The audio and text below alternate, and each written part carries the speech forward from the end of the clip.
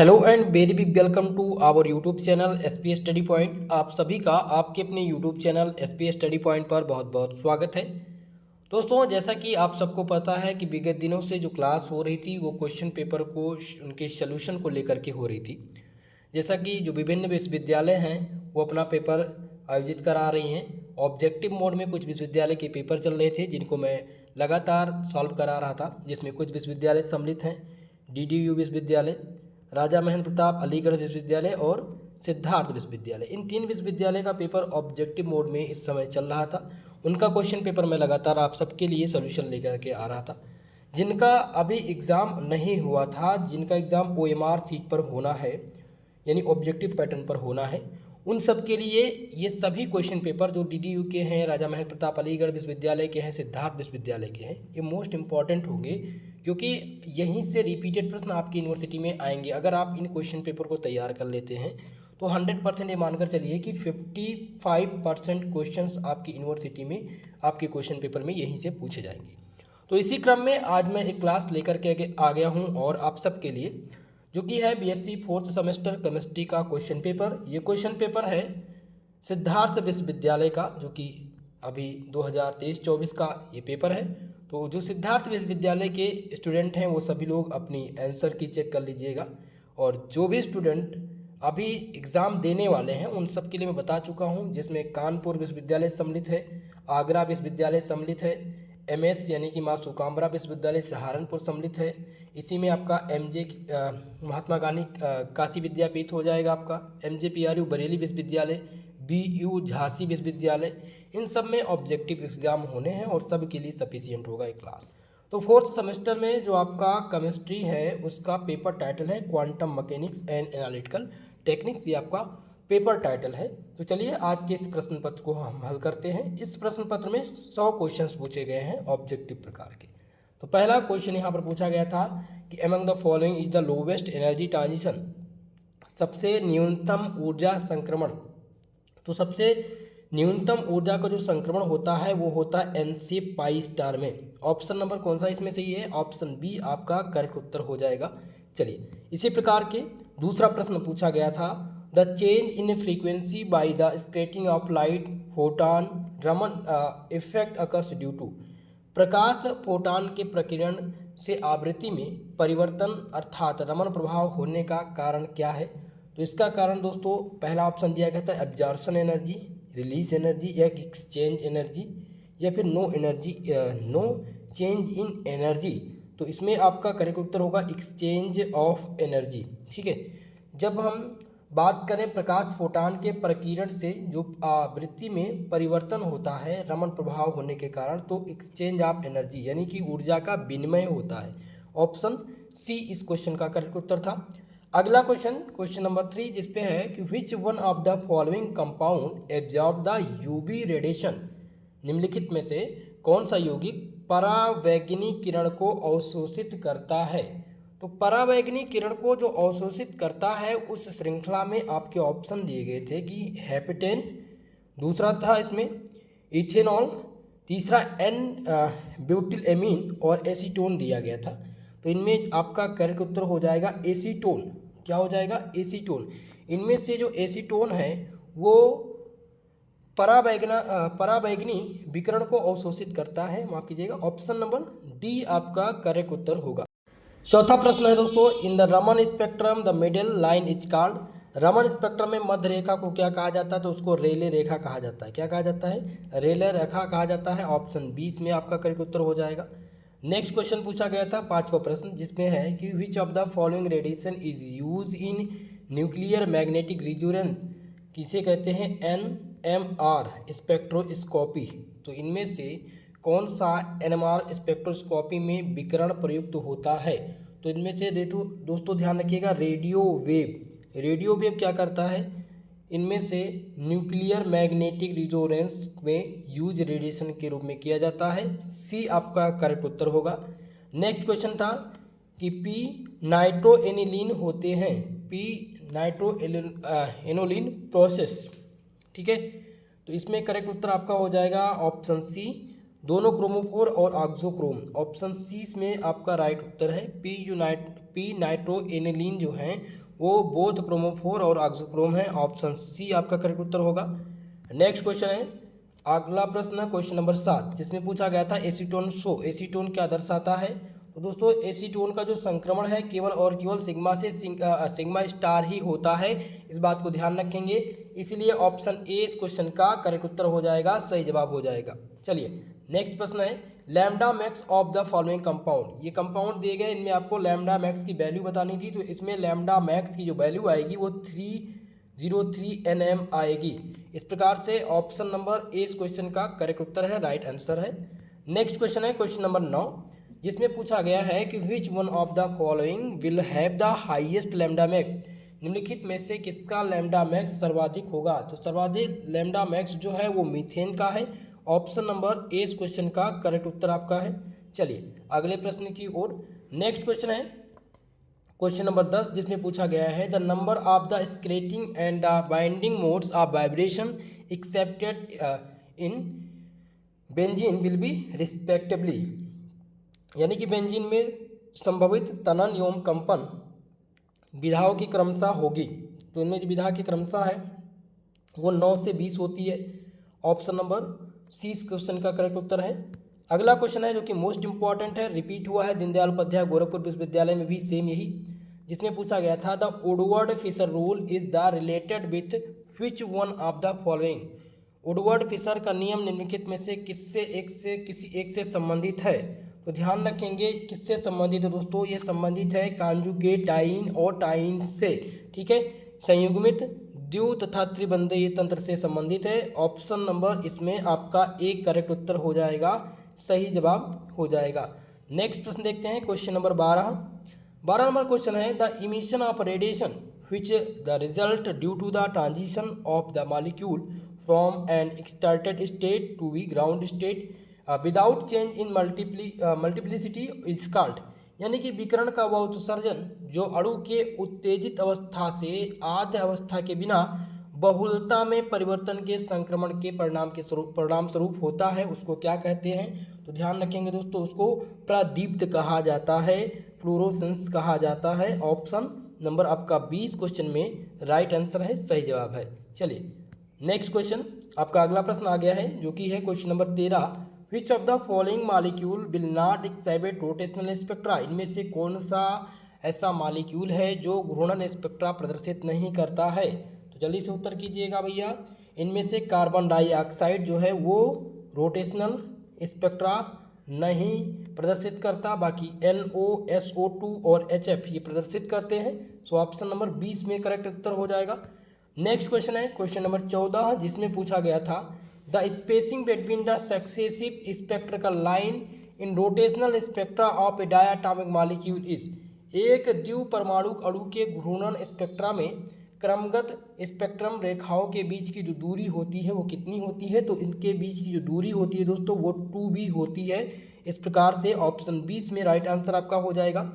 Next question हो जाएगा आपका 15 नंबर, जिसमें पूछा गया है कि in PMR spectrum n equivalent proton split a signal due to proton on the neighbouring carbon atom into. यानी PMR स्पेक्ट्रा में n समतुल्य प्रोटॉन का एक पड़ोसी कार्बन पर प्रोटॉन के कारण एक निजी सिग्नल को विभाजित करता है। तो ये दोस्तों किस में विभाजित करता है? ये n+1 लाइन में विभाजित करता है। ऑप्शन नंबर यहाँ पर हो जाएगा ए वाला आपका करेक्ट उत्तर। चलिए अगला क्वेश्चन, क्वेश्चन नंबर 16, जिसमें है how many signal will vinyl chloride है। वाइनिल क्लोराइड के पास कितने HNMR सिग्नल होंगे स्पेक्ट्रोस्कोपी में? ठीक है, तो इनमें जो सिग्नल की संख्या आती है दोस्तों वो आती है कितनी? 3 सिग्नल इसमें बनते हैं। ऑप्शन नंबर सी इस क्वेश्चन का करेक्ट उत्तर हो जाएगा। नेक्स्ट क्वेश्चन, क्वेश्चन नंबर 17, जिसमें पूछा गया है how many HNMR signal do you expected following structure. जो स्ट्रक्चर दिया गया है इस स्ट्रक्चर में आप कितने HNMR सिग्नल की अपेक्षा करते हैं? तो इसमें 5 सिग्नल बनता है। ध्यान रखेंगे दोस्तों 5 सिग्नल बनते हैं, क्योंकि इसमें 5 डिफरेंट प्रकार के हाइड्रोजन आइटम डिफरेंट टाइप से ऐड है, तो इसमें 5 सिग्नल बनेंगे। ऑप्शन नंबर डी आपका करेक्ट उत्तर हो जाएगा। चलिए अगला क्वेश्चन आ गया आपकी स्क्रीन पे, क्वेश्चन नंबर 18, जिसमें था कि the molecule which is I R inactive but Raman active. चलिए बताइएगा कि जो अणु जो आई आर निष्क्रिय हैं परंतु रमन सक्रिय हैं, ये बताना था। तो इनमें से नाइट्रोजन जो N2 है ये आई आर इनएक्टिव है बट रमन क्या है, एक्टिव है। तो अगर इसी के सापेक्ष में पूछ लिया जाता कि जो ये HCl है, सेम क्वेश्चन आप देखेंगे राजा महेंद्र प्रताप अलीगढ़ विश्वविद्यालय का यही क्वेश्चन रिपीट हुआ था और DDU में भी यही आया हुआ है। मोस्ट इंपॉर्टेंट है इस टाइप के क्वेश्चन, ध्यान दीजिएगा, ठीक है। तो इनमें क्वेश्चन था कि ऐसा इनमें से कौन सा मॉलिक्यूल है जो आई आर एक्टिव है, ठीक है, लेकिन रमन इफेक्ट में एक्टिव है। आई आर इनएक्टिव लेकिन रमन एक्टिव। तो N2 नाइट्रोजन की अगर बात करें N2 की, तो ये आई आर इनएक्टिव है लेकिन रमन में एक्टिव है। तो अगर इसी के सापेक्ष में आपसे पूछा जाए HCl क्या है, HCl आई आर एक्टिव है या इनएक्टिव, तो ध्यान रखेंगे एक्टिव है, ठीक है। आई आर एक्टिव कौन कौन से हो जाएंगे, HCl हो जाएगा, SO2 हो जाएगा, प्रोटीन हो जाएगा। इसी में N2 जो हो जाएगा वो रमन एक्टिव है, आई आर जो है इनएक्टिव है, ठीक है। चलिए अगले प्रश्न की बात करें। नेक्स्ट क्वेश्चन आ गया आपका 19 नंबर, जिसमें पूछा गया है कि the molecule with the smallest rotational constant in microwave spectrum among the following. तो चलिए उत्तर कीजिएगा इसका 19 नंबर प्रश्न का। तो इसमें है क्या पूछा गया था कि निम्नलिखित में से कौन सा न्यूनतम घूर्णन नियतांक माइक्रोवेव में होने वाला अणु है। तो इनमें से कौन सा अणु है दोस्तों, ध्यान रखिएगा, यहाँ पर आपका हो जाएगा CCl triple bond CF, okay. Option number D इस क्वेश्चन का करेक्ट उत्तर हो जाएगा, सही जवाब हो जाएगा। क्वेश्चन नंबर 20वां प्रश्न है, जिसमें पूछा गया है कि which of the following molecules will not show rotational spectrum. इनमें से कौन सा अणु रोटेशनल स्पेक्ट्रम नहीं दर्शाता है। तो आपको इसमें ध्यान रखना है दोस्तों कि CO2 carbon dioxide rotational spectrum नहीं दर्शाता है। ऑप्शन डी इसमें राइट आंसर होगा आपका। अगला क्वेश्चन है कि which of the following is I R active molecule. इसमें से आई आर एक्टिव मॉलिक्यूल कौन सा है। तो अगर हम बात करें N2 की, तो ये आई आर इनएक्टिव है लेकिन रमन एक्टिव है। H2 भी आपका रमन एक्टिव है, ठीक है। यहाँ पर CO मॉलिक्यूल जो है ये आपका आई आर एक्टिव है, ठीक है। ऑप्शन नंबर सी करेक्ट उत्तर हो जाएगा। चलिए अगले प्रश्न की ओर। नेक्स्ट क्वेश्चन ये भी आपका रिपीट हुआ था, सेम ही प्रश्न आया है दीनदयाल उपाध्याय गोरखपुर विश्वविद्यालय में भी, और यही क्वेश्चन राजा महेंद्र प्रताप अलीगढ़ विश्वविद्यालय में भी आ चुका है और सिद्धार्थ विश्वविद्यालय का ये क्वेश्चन पेपर है जो आप सब देख रहे हैं, ठीक है। तो यहाँ तीनों विश्वविद्यालय में सेम रिपीट हुआ है। आई आर माफ कीजिएगा, I R region corresponds to, I R का क्षेत्र कितना होता है। तो इसका जो क्षेत्र होता है वो 4000 से लेकर के 100 सेंटीमीटर इनवर्स तक होता है। ऑप्शन नंबर ए इस क्वेश्चन का सही उत्तर है। नेक्स्ट क्वेश्चन है the value of the stretching vibrational frequency of a bond in I R spectrum is given by. I R spectrum में किसी बंध की तंत्र कंपनिक आवृत्ति का मान निम्नलिखित किस व्यंजक द्वारा अभिव्यक्त किया जाता है।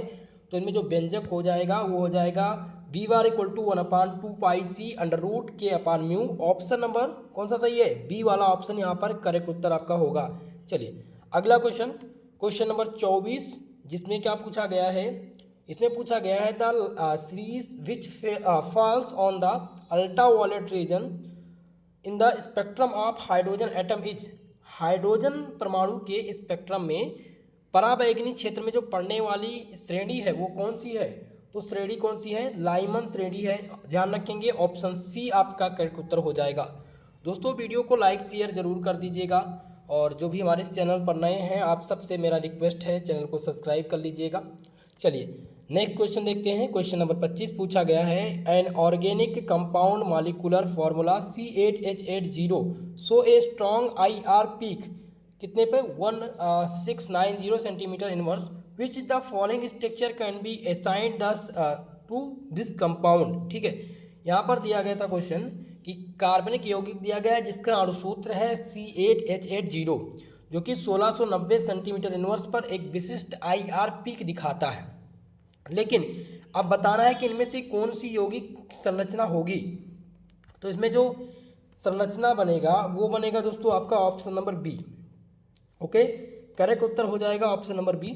नेक्स्ट क्वेश्चन देखते हैं, क्वेश्चन नंबर 26, जिसमें पूछा गया है कि which one of the following statement is incorrect for the I R absorption.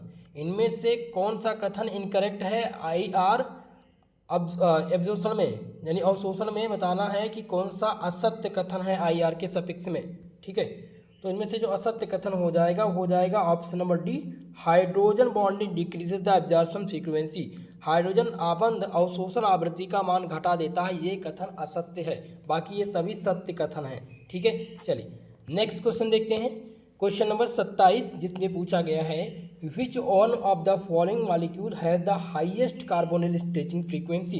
निम्नलिखित में से किस अणु में कार्बोनिल तनंत आवृत्ति सबसे अधिक होगी।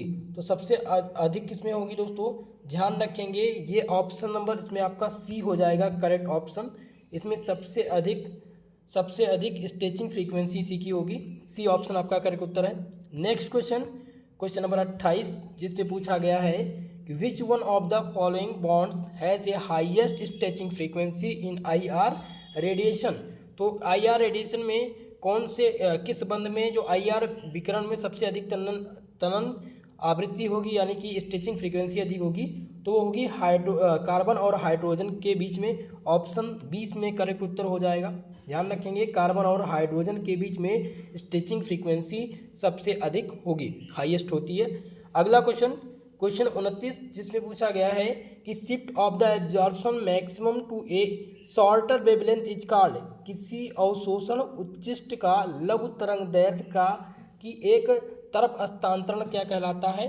तो ये हस्तांतरण कहलाता है हाइप्सोक्रोमिक शिफ्ट, यानी हाइपरक्रोमिक शिफ्ट। ठीक है, क्या हो जाएगा ऑप्शन नंबर इसमें सी होगा, hyperchromic shift, option C right answer होगा। नेक्स्ट क्वेश्चन है क्वेश्चन नंबर 30, जिसमें पूछा गया था the blue shift of UV VIS absorption of the carbonyl compound with increases polarity of solvent is a useful means of the rigorizing the following transition. यानी कि विलायक की बढ़ती ध्रुवणता के साथ कार्बोनिल यौगिक में यूवी VIS अवशोषण में जो ब्लू शिफ्ट है वो निम्नलिखित में से किस संक्रमण को पहचानने के लिए एक उपयोगी साधन है। तो हम सिग्मा से सिग्मा स्टार का प्रयोग करते हैं पहचानने के लिए। कौन सा ऑप्शन सही हो जाएगा, ए वाला ऑप्शन इसमें करेक्ट उत्तर आपका हो जाएगा। चलिए नेक्स्ट प्रश्न देखते हैं, क्वेश्चन नंबर 31, जिसमें पूछा गया है दोस्तों कि which of the following has the highest VC = 0, यानी इनमें से किसका एब्जॉर्प्शन फ्रीक्वेंसी सबसे हाइगर होगी। तो सबसे हाइगर जो फ्रीक्वेंसी होगी वो होगी C6H5COOCH3 का, ऑप्शन नंबर सी में करेक्ट उत्तर हो जाएगा। नेक्स्ट क्वेश्चन पूछा गया था क्वेश्चन नंबर 32, जिसमें है विच of the following absorption band is the show a greatest wave number. तो ग्रेटेस्ट वेव नंबर इसमें कौन दिखाता है, तो C�BC ये ग्रेटेस्ट वेव नंबर दिखाता है, ऑप्शन बी आपका करेक्ट उत्तर होगा इसमें। नेक्स्ट क्वेश्चन नंबर 33, जिसमें है an auxochrome shift of the absorption band towards. एक एक्सोक्रोम अवशोषण बैंड को किस ओर स्थानांतरित किया जाता है। तो ये लॉन्गर वेवलेंथ की तरफ, ये जो होता है वो क्या होता है, ये लॉन्गर वेवलेंथ की तरफ शिफ्ट होता है, ऑप्शन नंबर बी करेक्ट उत्तर हो जाएगा। नेक्स्ट क्वेश्चन है क्वेश्चन नंबर 34, जिसमें पूछा गया है कि इन NMR spectrum of C2H5OH the number of absorption peak. Ethyl alcohol दिया गया है, NMR स्पेक्ट्रम में एथिल एल्कोहल का जो एब्जॉर्प्शन पीक है वो कितना होगा। तो इसमें एब्जॉर्प्शन पीक की संख्या आएगी कितनी, ध्यान रखेंगे 3 आएगी, ऑप्शन सी करेक्ट उत्तर है आपका इसका। चलिए अगले प्रश्न की ओर। नेक्स्ट क्वेश्चन कह रहा है आपका क्वेश्चन नंबर 35, जिसमें पूछा गया था कि which one of the following statement is correct. कौन सा स्टेटमेंट इनमें सही है। तो पहला जो है इसमें दिया गया है कि रूफर दीप्त का तरंगदैर्घ्य अवशोषित तरंगदैर्घ्य से कम होता है। ठीक है, तो ये आपका असत्य कथन है। दूसरा है कि बिना प्रकाश उत्सर्जन किए हुए Ti से S0 अवस्था में संक्रमण सुफर दीप्त कहलाता है। तो ऐसा तो बिल्कुल नहीं है, बिना Ti और S0 के मान के बिना ही अगर हम इसको माने तो ये बिल्कुल असत्य कहलाएगा। तीसरा था कि पर्णहरित में उपस्थित CO2 तथा जल का पौधों में संयोग जैव संदीप्ति का एक उदाहरण है। तो ये भी मुझे सस्पेंस ही लग रहा है, ठीक है। इसमें करेक्ट उत्तर मुझे मेरे हिसाब से डी वाला होना चाहिए, क्योंकि अगर हम बात करें पॉपुलेशन इन्वर्जन की तो जनसंख्या प्रतिलोमन लेंसर क्रिया की एक आवश्यक शर्त है। ये करेक्ट ऑप्शन आपका यही होगा, डी वाला, ठीक है। डी ऑप्शन करेक्ट हो जाएगा, सही उत्तर हो जाएगा 35 नंबर प्रश्न का। चलिए क्वेश्चन नंबर 36, जिसमें पूछा गया था कि which one of the following bond stretching in IR active, निम्नलिखित में से कौन सा आबंध तनन IR सक्रिय है। तो IR सक्रिय इनमें से कौन सा हो जाएगा दोस्तों, C ट्रिपल बॉन्ड C इन 2 ब्यूटाडाइन। यहाँ पर आपका हो जाएगा 2 ब्यूटेन में C ट्रिपल बॉन्ड T में I क्या होगा, आबंध तनन IR सक्रिय है। ऑप्शन ए करेक्ट उत्तर होगा। नेक्स्ट क्वेश्चन देखते हैं, क्वेश्चन नंबर 37, जिसमें पूछा गया है the selection rule of transition in the rotational energy level of a diatomic molecule is. एक द्विपरमाणुक अणु के घूर्णी ऊर्जा स्तर में संक्रमण हेतु वर्ण का नियम। तो इसमें जो वर्ण का नियम है दोस्तों वो हो जाएगा J = +-1, ठीक है। ऑप्शन सी सही उत्तर हो जाएगा आपका इस क्वेश्चन का। अगला क्वेश्चन नंबर 38 है, जिसमें पूछा गया था the different between the incident and the skating frequencies in the Raman spectrum is called the, यानी रमन स्पेक्ट्रम में आपतित एवं प्रकीर्णित आवृत्तियों के बीच का अंतर क्या कहलाता है। तो ये अंतर क्या कहलाता है, रमन फ्रीक्वेंसी कहलाता है। ऑप्शन सी करेक्ट उत्तर हो जाएगा। नेक्स्ट प्रश्न है क्वेश्चन नंबर 39, जिसमें पूछा गया था कि which of the following relationship is the correct regarding molecular energy. Most important question है दोस्तों ये क्वेश्चन।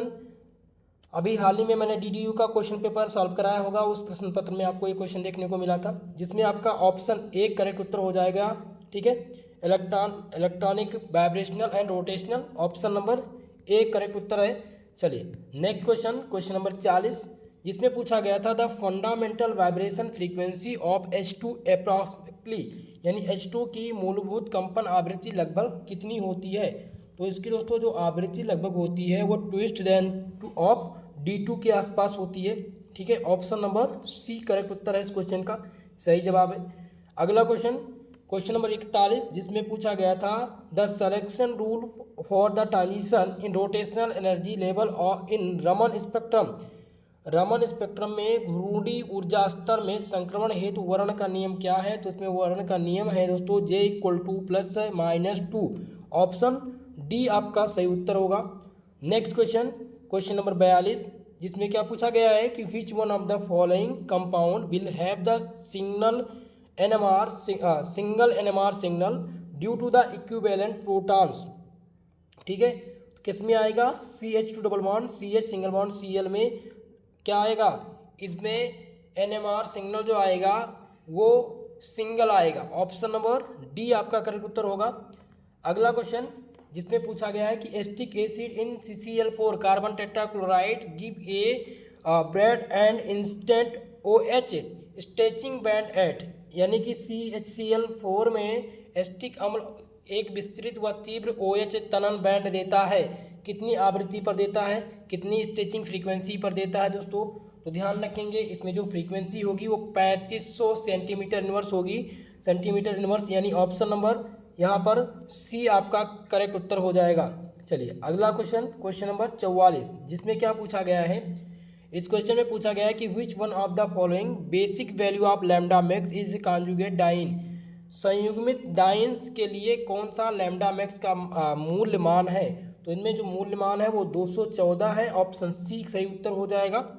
नेक्स्ट क्वेश्चन नंबर 45, जिसमें पूछा गया है कि which one of the following spectrometry involve the bombardment of a beam of high energy electron in vacuum. निम्नलिखित में से किस स्पेक्ट्रोमेट्री में निर्वात में उच्च ऊर्जा इलेक्ट्रॉन किरण पुंज की बमबारी निहित है। तो इसमें आपका जो सही उत्तर होगा वो हो जाएगा MS, ओके। ऑप्शन ए सही उत्तर होगा। अगला क्वेश्चन है क्वेश्चन नंबर 46, जिसमें पूछा गया था कि CH2 double bond CH double bond COCH3 के IR स्पेक्ट्रम में तनन बैंड क्या होगा। तो इसमें तनन बैंड जो होगा दोस्तों वो होगा 1710 सेंटीमीटर, ओके। ऑप्शन नंबर कौन सा सही है, बी वाला ऑप्शन इस क्वेश्चन का करेक्ट उत्तर है। नेक्स्ट क्वेश्चन देखते हैं आपका अगला क्वेश्चन नंबर 47, जिसमें पूछा गया था कि what will be basic value of lambda max of A alpha beta unsaturated ketones in alcohol. Alcohol में अल्फा बीटा असंतृप्त कीटोन के लैम्डा मैक्स का मूल मान क्या होगा। तो इसका जो मूल्य मान होगा दोस्तों, ध्यान रखेंगे कितना आता है इसका मूल्य मान। तो ये आएगा लगभग मेरे हिसाब से इसका आना चाहिए 214 आना चाहिए। ऑप्शन डी इसमें करेक्ट उत्तर हो जाएगा। अगला क्वेश्चन नंबर 48, जिसमें पूछा गया है कि which one of the following regions in IR is known as the functional group region. निम्नलिखित में से कौन सा क्षेत्र IR का क्रियात्मक समूह क्षेत्र के रूप में जाना जाता है। तो दोस्तों ध्यान रखेंगे कि 1300 से अगर 4000 सेंटीमीटर इनवर्स तक का रेंज अगर है तो इसको क्या कहते हैं, क्रियात्मक समूह क्षेत्र कहते हैं। ऑप्शन यहाँ पर आपका सही हो जाएगा ए वाला। अगला 49 नंबर क्वेश्चन है, जिसमें है कि which of the following spectroscopies is the based on the magnetic property of a nucleus of the atom. निम्नलिखित में से कौन सी स्पेक्ट्रोस्कोपी परमाणु के नाभिक के चुंबकीय गुणों पर आधारित है। तो इनमें से आपका सही उत्तर हो जाएगा NMR स्पेक्ट्रोस्कोपी, करेक्ट उत्तर हो जाएगा। NMR स्पेक्ट्रोस्कोपी परमाणु के नाभिक के चुंबकीय गुणों पर आधारित है। ऑप्शन डी इसमें सही उत्तर होगा। नेक्स्ट क्वेश्चन आ गया आपका क्वेश्चन नंबर 50, जिसमें क्या पूछा गया है। इस क्वेश्चन में पूछा गया है कि which proton is Br2CH CH2Br gives triple splitting in NMR। तो इनमें जो स्प्लिटिंग देगा वो ऑप्शन ए और बी दोनों होगा। ऑप्शन नंबर बी आपका करेक्ट उत्तर हो जाएगा। ये हो जाएगा और ये बी, ये दोनों ए और बी के रूप में कार्य करेंगे, तो सी वाला ऑप्शन सही उत्तर हो जाएगा। अगला क्वेश्चन मोस्ट इंपॉर्टेंट है और हर बार का पूछा जाने वाला बिल्कुल हलवा वाला प्रश्न है ये। हाइगेन्सबर्ग के अनिश्चितता के सिद्धांत को किस रूप से प्रदर्शित करते हैं। हर विश्वविद्यालय पूछता है, तो आप सबको पता ही है, del x into del p greater than equal to h/4π। ऑप्शन नंबर कौन सा सही है, सी वाला ऑप्शन करेक्ट उत्तर हो जाएगा। नेक्स्ट क्वेश्चन आ गया आपका क्वेश्चन नंबर 52, जिसमें पूछा गया है कि which one of the following particle does not obey the Pauli's chlorine principle. निम्नलिखित कणों में से कौन सा पाउली के अपवर्जन सिद्धांत का पालन नहीं करता है। तो उनमें से फोटॉन नहीं करता है, फोटॉन नहीं करता है, बाकी इलेक्ट्रॉन, न्यूट्रॉन और प्रोटॉन ये वर्क करते हैं। फोटॉन पाउली के अपवर्जन सिद्धांत का अनुपालन करता है। ओके, सी सही हो जाएगा आपका। नेक्स्ट क्वेश्चन है क्वेश्चन नंबर 53, जिसमें पूछा गया है कि which one of the following is not correctly match. निम्नलिखित में से कौन सा सुमेलित नहीं है। तो पहला है श्रोडिंगर, जो कि वेव इक्वेशन है, बिल्कुल करेक्ट है। दूसरा है Hund, rule of maximum multiplicity, तो ये भी सत्य है। तीसरा है अबाउ एक्सक्लूजन प्रिंसिपल, यही आपका अनमैच्ड है। ठीक है, ये अनमैच है। ऑप्शन सी इसमें करेक्ट उत्तर हो जाएगा, क्योंकि अबाउ का अपवर्जनता का नियम नहीं है। ठीक है, चल अगला क्वेश्चन देखते हैं। नेक्स्ट क्वेश्चन है क्वेश्चन नंबर 54, जिसमें पूछा गया था कि इलेक्ट्रॉन में तरंग एवं कण दोनों के गुण पाए जाते हैं। इलेक्ट्रॉन के इस द्विप्रकृति गुण को प्रदर्शित करने के लिए व्यंजक कौन है। तो लैम्डा इक्वल टू h/p इसका व्यंजक होता है। ऑप्शन नंबर ए इस क्वेश्चन का करेक्ट उत्तर होगा। नेक्स्ट क्वेश्चन देखते हैं क्वेश्चन नंबर 55, जिसमें पूछा गया है कि which of the following is the correct of Schrodinger wave equation. इनमें से श्रोडिंगर वेव इक्वेशन का करेक्ट इक्वेशन कौन सा होगा। तो करेक्ट इक्वेशन अगर बात करें तो हमें दिख रहा है option number C, del square psi plus h square upon 8π square m e minus B psi equal to 0, यही आपका करेक्ट है श्रोडिंगर वेव का इक्वेशन। चलिए सी वाला ऑप्शन सही है। नेक्स्ट क्वेश्चन बहुत ही इंपॉर्टेंट है, जिसमें इलेक्ट्रॉन तरंग की प्रकृति दर्शाई जाती है। तो यहाँ पर पहला दिया गया है फोटो इलेक्ट्रिक इफेक्ट, कंपटन इफेक्ट, दोनों कैंसिल हो जाएंगे। तीसरा विवर्तन का प्रयोग और डी दिया गया जूल थॉमसन प्रभाव। तो इसमें से ऑप्शन सी करेक्ट होगा, डिफ्रैक्शन एक्सपेरिमेंट। ओके, इसमें हम तरंग प्रकृति को दर्शा सकते हैं, सी वाला ऑप्शन करेक्ट होगा। अगला क्वेश्चन नंबर 57 नंबर प्रश्न पूछा गया है दोस्तों कि इफ़ ए मूविंग इलेक्ट्रॉन, एक moving proton and moving neutron, तीनों क्या है, इलेक्ट्रॉन, प्रोटॉन और न्यूट्रॉन तीनों मूविंग में है, the same de Broglie wavelength, same de Broglie wavelength में है, the particle having the greatest velocity will be. Question को समझिएगा, यदि एक इलेक्ट्रॉन, प्रोटॉन और न्यूट्रॉन तीनों गतिमान की अवस्था में है और डी ब्रॉगली तरंग दैर्ध्य इनका क्या हो, समान हो, तो सर्वाधिक गति वाला कण कौन सा होगा? सबसे ज़्यादा गति कौन करेगा? इलेक्ट्रॉन करेगा, न्यूट्रॉन करेगा, प्रोटॉन करेगा, या न्यूट्रॉन एंड प्रोटॉन दोनों? तो इनमें से सही उत्तर हो जाएगा इलेक्ट्रॉन। सबसे अधिक जो गतिमान होगा, गति वाला कण होगा, वो इलेक्ट्रॉन का कण होगा। ऑप्शन सी सही उत्तर है। चलिए आगे बढ़ा जाए। नेक्स्ट क्वेश्चन आपका है क्वेश्चन नंबर 58, जिसमें पूछा गया है the orbital angular momentum of an electron is 2s orbital.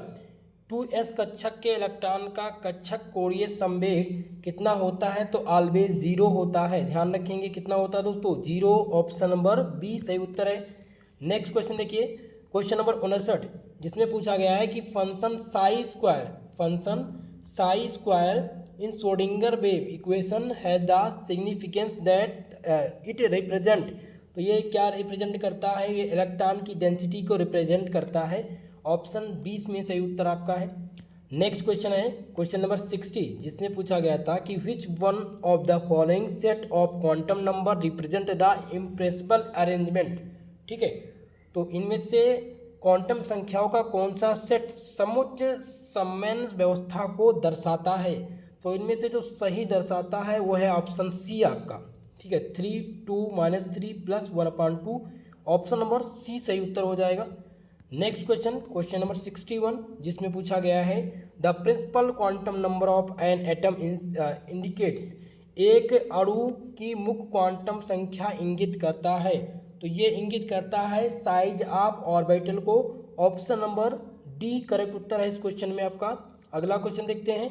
चलिए 62 नंबर प्रश्न बहुत ही मोस्ट इंपॉर्टेंट है दोस्तों, जिसमें क्या पूछा गया है द टोटल सीक्वेंस ऑफ सब energy level is expressed by. तो एक्सप्रेस किया जाता है किसके द्वारा? n+l only. Okay, option C इस प्रकार से करेक्ट उत्तर हो जाएगा। चलिए क्वेश्चन नंबर 63, जिसमें पूछा गया है the quantum number not obtained from Schrodinger wave equation. कौन सी क्वांटम संख्या है जो श्रोडिंगर वेव इक्वेशन के द्वारा नहीं दी जा सकती या नहीं प्राप्त हो सकती है? तो वो हो जाएगा स्पिन क्वांटम संख्या एस। ऑप्शन डी आपका करेक्ट उत्तर होगा।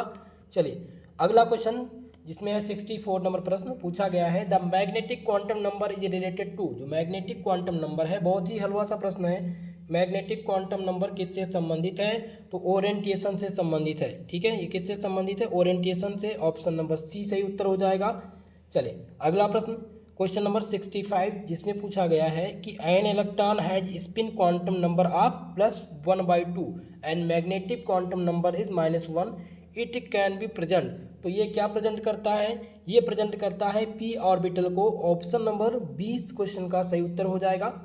नेक्स्ट क्वेश्चन देखते हैं क्वेश्चन नंबर 66 नंबर प्रश्न कह रहा है the quantum number which represent the position and energy of the electron is known as. Quantum संख्या जो इलेक्ट्रॉन की स्थिति व ऊर्जा को प्रदर्शित करती है उसको क्या कहा जाता है? तो उसको दोस्तों प्रिंसिपल क्वांटम नंबर के नाम से जानते हैं। ऑप्शन नंबर ए इस क्वेश्चन का करेक्ट उत्तर है। नेक्स्ट क्वेश्चन आ गया क्वेश्चन नंबर 67, जिसमें है कि 4s orbital has the lesser energy than 3d orbital because it has. यानी कि 4s कक्षक की ऊर्जा 3d कक्षक की ऊर्जा से कम है, क्योंकि यह रखता है। तो दोस्तों ये क्या रखता है? ये लेसर वैल्यू रखता है n+l से। ऑप्शन नंबर इसमें सी आपका करेक्ट उत्तर हो जाएगा। चलिए नेक्स्ट क्वेश्चन देखते हैं। अगला प्रश्न दिया गया है इसमें कि क्वेश्चन नंबर 68, जिसमें पूछा गया है कि which one of the following statements regarding radial probability distribution curve is false. चलिए यानी कि त्रिय संभावना वितरक वक्र के संबंध में इनमें से कौन सा असत्य कथन है? असत्य कथन की पहचान करनी है।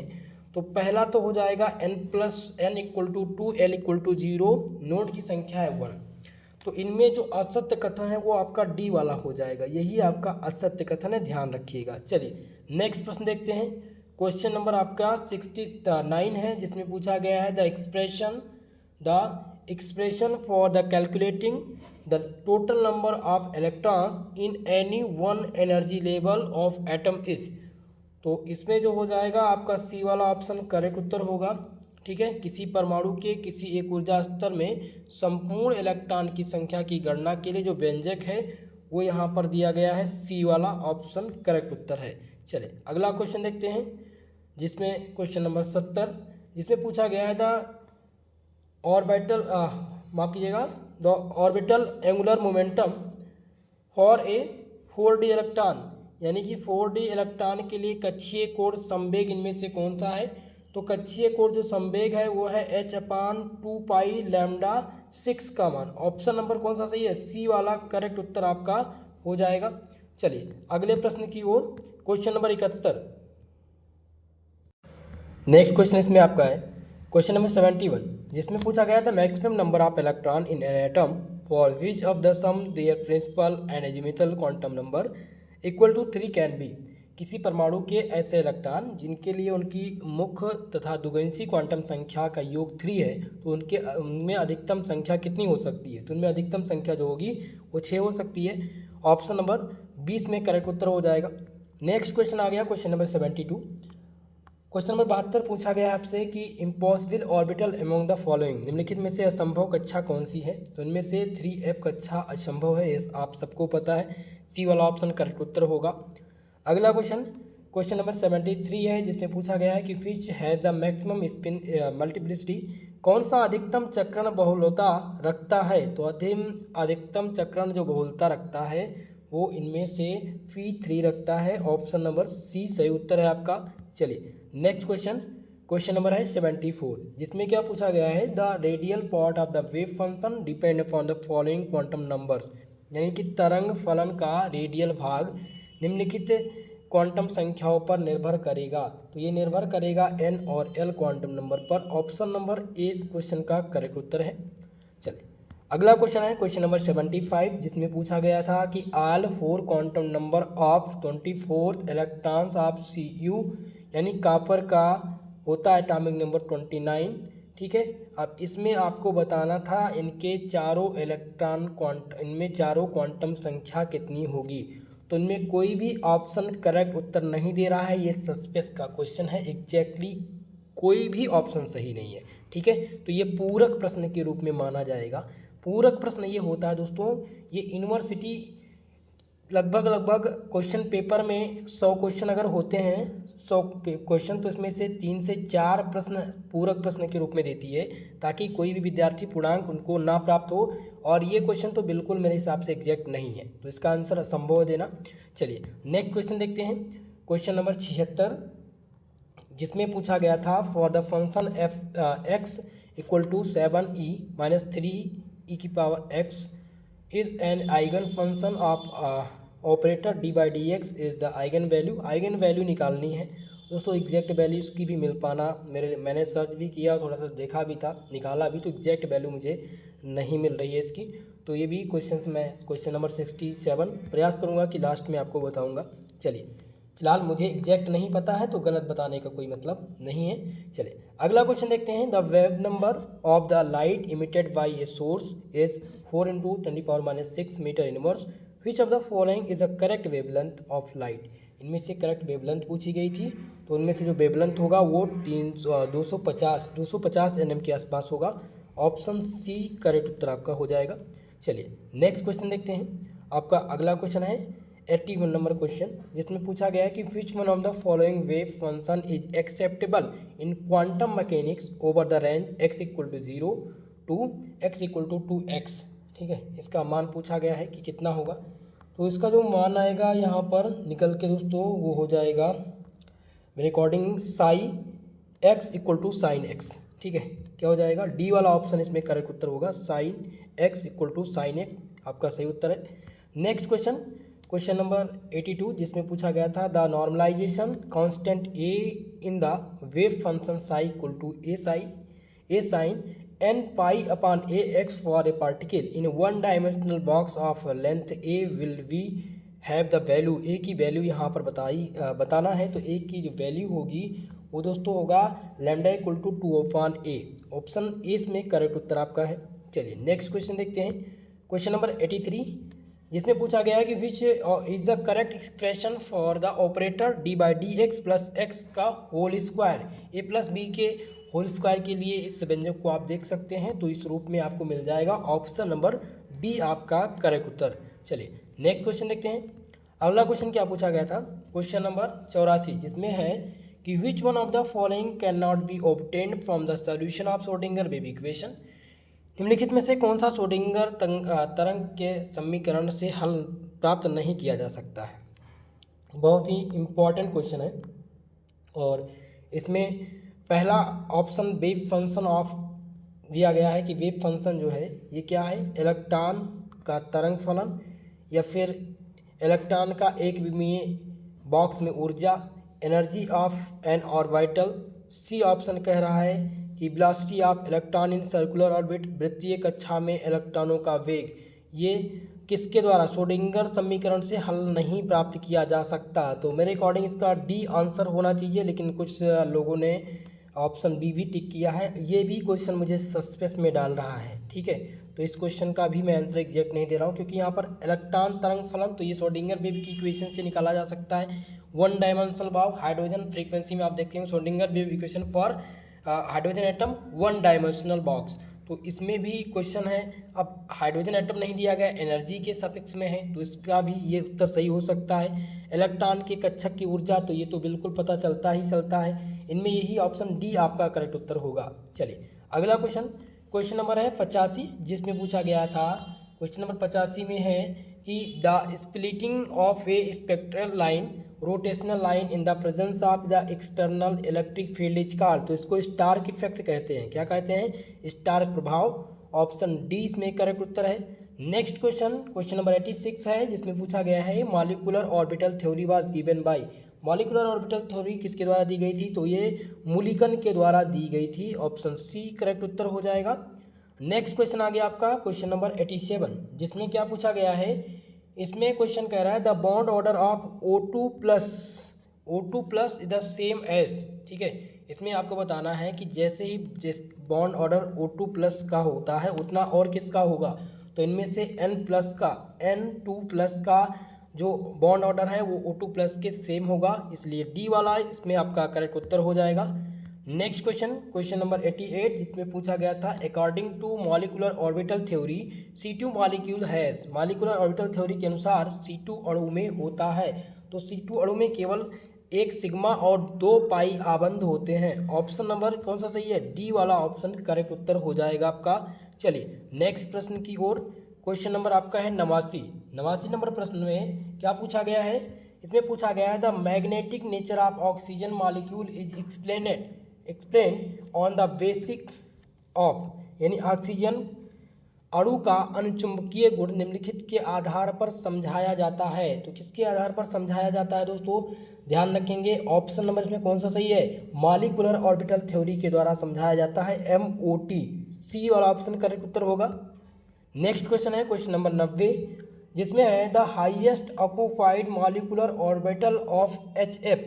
हाइड्रोजन फ्लोराइड का उच्चतम अध्यासित आणविक कक्षक कौन सा है? तो उनमें जो आणविक कक्षक होगा उससे कहते हैं बॉन्डिंग आबंध कहा जाता है। ऑप्शन ए सही उत्तर है। चले क्वेश्चन नंबर 91, जिसमें पूछा गया था which one of the following can not be use as the absorbent in the column chromatography. तो किसका प्रयोग किया जाता है? इसमें हम सेलोबियोज का प्रयोग करते हैं। ऑप्शन डी करेक्ट उत्तर हो जाएगा। कॉलम क्रोमेटोग्राफी में हम सेलियोबियोज अवशोषण के रूप में प्रयुक्त नहीं कर सकते। ऑप्शन डी करेक्ट उत्तर हो जाएगा। क्वेश्चन नंबर 92, जिसमें पूछा गया है कि which of the following can be use for the purification of substances. निम्नलिखित में से कौन सा पदार्थों के शुद्धिकरण में प्रयुक्त हो सकता है? तो पदार्थ के शुद्धिकरण में जो प्रयुक्त किया जाता है वह है क्रोमेटोग्राफी। ऑप्शन 20 में सही उत्तर है। नेक्स्ट क्वेश्चन नंबर 93, जिसमें पूछा गया था कि steroid can be detected by. Steroid का सूचन किया जा सकता है, तो गैस क्रोमेटोग्राफी के द्वारा किया जा सकता है। ऑप्शन डी इसमें सही उत्तर हो जाएगा। चलिए 94 नंबर प्रश्न आ गया स्क्रीन पे आपके, जिसमें पूछा गया है कि ethyl alcohol contact in blood can be detected by.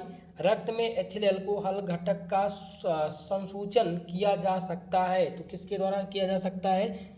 GS के द्वारा इसका सूचन किया जा सकता है। ए ऑप्शन करेक्ट उत्तर आपका है। चले अगले प्रश्न की ओर। क्वेश्चन नंबर 95, जिसमें क्या पूछा गया है 95 नंबर क्वेश्चन में कि Dowex 50H+ form is examples of. Dowex 50H+ रूप एक उदाहरण है। किसका उदाहरण है भैया? ये उदाहरण है धनायन एक्सचेंजर का, ठीक है, कैटायन एक्सचेंजर का ये एग्जाम्पल है। ऑप्शन नंबर बी करेक्ट उत्तर हो जाएगा क्वेश्चन नंबर 95 का उत्तर। क्वेश्चन नंबर 96 जिसमें क्या पूछा गया है, for a locating the presence of amino acid on TLC plate the best developing reagent is. तो बेस्ट डेवलपिंग जो रेजेंट होता है उसको क्या कहते हैं, उसको हम डेंसिल क्या कहते हैं दोस्तों, ध्यान रखिएगा, निनहाइड्रिन कहते हैं। क्या कहते हैं, निनहाइड्रिन। ऑप्शन बी करेक्ट उत्तर है। नेक्स्ट क्वेश्चन नंबर 97 जिसमें पूछा गया है कि C18 column is generally use in HPLC in this the, यानी कि C18 कॉलम सामान्यतः HPLC में उपयोगी है। इनमें से क्या पाया जाता है, इसमें stationary phase is non polar, जो स्टेशनरी फेज होता है वो नॉन पोलर होता है। ऑप्शन ए सही उत्तर है क्वेश्चन नंबर 97 का। अगला क्वेश्चन नंबर 98 जिसमें पूछा गया था कि identification of unknown compound by the TLC and paper chromatography is done by the comparison of. तो किसके कंपेरिजन में, यहाँ पर RF वैल्यू के कंपेरिजन में, RF मान के तुलना करके। ऑप्शन बी सही उत्तर हो जाएगा 98 नंबर क्वेश्चन का। नेक्स्ट क्वेश्चन आ गया आपका जिसमें पूछा गया था कि रिवर्स्ड फेज HPLC का जो रिवर्स फेज है वो क्या है। तो इसमें हो जाएगा आपका लोकेट क्रोमेटोग्राफी। लोकेट क्रोमेटोग्राफी ये रिवर्स फेज है HPLC का। ऑप्शन ए करेक्ट उत्तर है। नेक्स्ट प्रश्न देखते हैं क्वेश्चन नंबर 100 जो इस प्रश्न पत्र का लास्ट क्वेश्चन है कि paper chromatography is an example of. तो पेपर क्रोमेटोग्राफी किसका एग्जाम्पल है, तो ये लोकेट क्रोमेटोग्राफी का एग्जाम्पल है। ऑप्शन बी इसमें करेक्ट उत्तर हो जाएगा। मेरे प्यारे दोस्तों, आज की इस क्लास में हमने 100 प्रश्नों को सॉल्व किया है जो कि सिद्धार्थ विश्वविद्यालय से रिलेटेड पूछे गए प्रश्न थे। और जो भी सिद्धार्थ विश्वविद्यालय के स्टूडेंट हैं, अगर आपका और कोई भी पेपर अभी तक आपको सोल्यूशन नहीं मिला है तो हमारे जो कॉन्टैक्ट नंबर हैं जो आपको हमारे चैनल के कम्युनिटी बॉक्स में मिल जाएंगे, वहां पर जा कर के आप अपना क्वेश्चन पेपर हमें व्हाट्सअप कर दीजिएगा। आपको जल्द से जल्द आंसर की प्रदान कर दी जाएगी। और अदर विश्वविद्यालय का भी, किसी भी विश्वविद्यालय से आप बिलोंग करते हो, ठीक है। बाकी दोस्तों 4th सेमेस्टर की क्लास मैं नेक्स्ट वीडियो में कल सेम इसी टाइम पर लेकर के आऊँगा जिसमें हम MCQ टाइप प्रश्नों के देखेंगे जो कि जो 3 विश्वविद्यालय थे, DDU विश्वविद्यालय, राजा महेंद्र प्रताप अलीगढ़ विश्वविद्यालय और सिद्धार्थ विश्वविद्यालय, इन तीनों विश्वविद्यालय के जो रिपीटेड प्रश्न हैं, सेम रिपीटेड प्रश्न, उनको लेकर के आऊँगा ताकि आप सबको उन प्रश्नों के बारे में जानकारी मिले और सेम वही प्रश्न आपकी परीक्षा में भी पूछे जाएंगे। ओके, तो दोस्तों वीडियो को ढेर सारा प्यार दीजिएगा। चैनल पर अगर नए हैं तो चैनल को सब्सक्राइब तो बनता ही है, चैनल को सब्सक्राइब कर दीजिएगा और दोस्तों के साथ शेयर भी कीजिएगा। ओके दोस्तों, तो आज के लिए बस इतना ही, मिलते हैं नेक्स्ट वीडियो के साथ। तब तक के लिए जय हिंद, जय भारत।